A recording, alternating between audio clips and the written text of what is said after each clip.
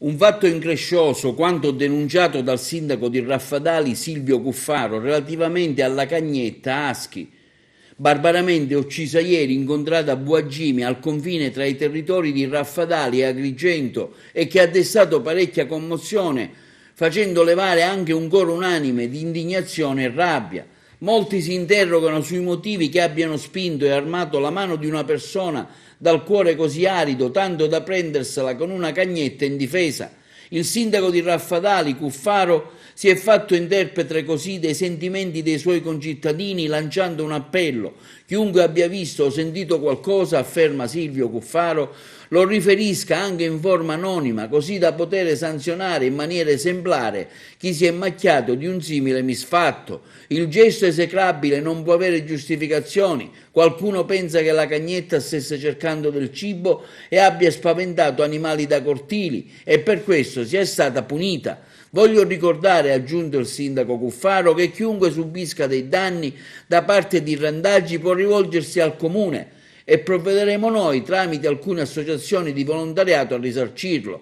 Farsi giustizia da soli non è consentito e non è tollerabile e lo sdegno che questo episodio ha provocato ci induce a essere quanto mai risoluti. Abbiamo infatti già deciso di costituirci parte civile in un eventuale processo al fine di tutelare l'immagine del nostro comune e della nostra comunità.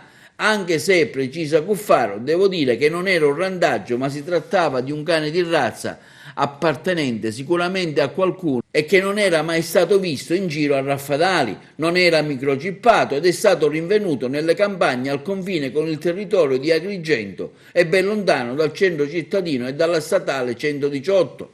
Quello del randagismo, afferma Cuffaro, è un tema dibattuto e anche la Regione lo ha attenzionato, ma a 2 anni dalla promessa di contributi per risolvere il problema non abbiamo mai visto nulla. Con le risorse interne in questi anni e grazie alla collaborazione con l'Unione dei Comuni abbiamo catturato diversi esemplari che dopo la sterilizzazione e la microcippatura sono stati reintrodotti nel loro territorio.